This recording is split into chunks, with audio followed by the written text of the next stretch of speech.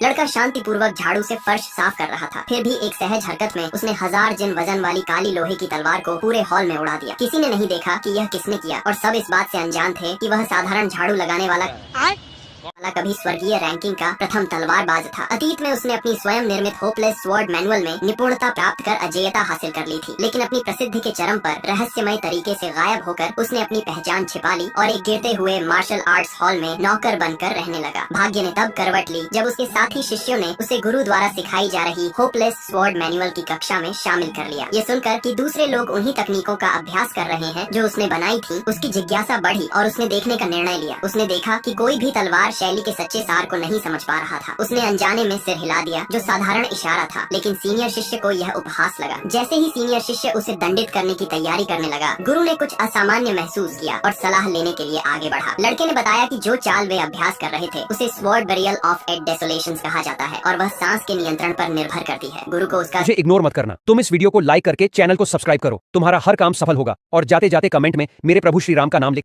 स्पष्टीकरण तर्क संगत लगा और उन्होंने इसे स्वयं आजमाने का निर्णय लिया। उन्होंने लकड़ी के खंभे पर तलवार से वार किया, फिर भी कोई प्रतिक्रिया नहीं हुई। ये सोचकर कि उन्हें एक नौकर ने गुमराह किया, उन्होंने विचार खारिज कर दिया, बिना यह समझे कि खंभे का अंदरूनी हिस्सा पहले ही धूल में बदल चुका था। इस छिपी शक्ति से अनजान रहकर उन्होंने सबको होपलेस स्वॉर्ड मैनुअल का और ध्यान पूर्वक अध्ययन करने का आदेश दिया। उसी समय दरवाजे पर कुछ अनचाहे मेहमान आ पहुंचे। नेतृत्व मरोंग यू कर रहा था, एक ऐसा भयावह व्यक्ति जिसका नाम ही मार्शल जगत में डर पैदा करता था। वह होपलेस स्वॉर्ड मैनुअल के लिए आया था, न केवल उसे छीनने की कसम खाई थी, बल्कि किंग लॉन्ग मार्शल हॉल को मिटाने की भी। उसने गुरु को आखिरी मौका दिया। यदि उनके शिष्य उसके लाए 3 टॉप योद्धाओं को हरा दें तो वह बिना संघर्ष के चला जाएगा। इस अपमान से आहत होकर सीनियर शिष्य तुरंत आगे बढ़ा और तलवार थामे गंजे योद्धा को चुनौती दी। उसकी सीमित कौशल उस प्रतिद्वंद्वी के सामने टिक नहीं सकी और वह मात्र एक चाल में हार गया। जब उसकी जान खतरे में पड़ी, गुरु ने स्वयं हस्तक्षेप किया, पर जल्द ही खुद को प्रतिद्वंद्वी की अपार शक्ति और भारी हथियार के सामने संघर्षरत पाया। उसी निर्णायक क्षण युवक ने कहा कि आत्मा लोमड़ी का खतरा उसके पंजों और दांतों में होता है, जबकि उसकी कमजोरी उसके शरीर में होती है। उन कुछ शब्दों से ही गुरु को प्रतिद्वंद्वी की तकनीक में खामी दिखाई दी। एक सटीक वार से उसने गंजे आदमी को कई मीटर पीछे धकेल दिया, लेकिन प्रतिद्वंद्वी ने खुद को संभाला, पलटवार किया और गुरु को गंभीर रूप से घायल कर दिया। यद्यपि युवक ने दबाव कम करने के लिए हस्तक्षेप किया, पर गुरु की नसें पहले ही नष्ट हो चुकी थी। ये समझते हुए कि होपलेस स्वॉर्ड मैनुअल हमेशा के लिए खो सकता है, गुरु को एहसास हुआ कि यह युवक साधारण व्यक्ति नहीं था। निराश होकर उसने उससे किंगलॉन्ग मार्शल हॉल की रक्षा करने की विनती की। युवक ने शांत स्वर में कहा कि वह 1 वर्ष से इस हॉल में रह रहा है और इस दौरान उसे बहुत कृपा मिली है। जब वह कार्रवाई के लिए तैयार हुआ, सीनियर बहन ने जल्दी से अपनी तलवार उसे दी, पर उसे उसकी आवश्यकता नहीं थी। केवल झाड़ू हाथ में लिए वह गंजे योद्धा की ओर बढ़ा। उसका प्रतिद्वंद्वी यह देखकर मुस्कुराया और मान लिया कि हॉल ने एक नौकर को मरने भेजा है। लेकिन जैसे ही युवक ने कदम बढ़ाया, उसकी सहज कृपा और अपार शक्ति ने वहाँ मौजूद सभी को स्तब्ध कर दिया। उसी क्षण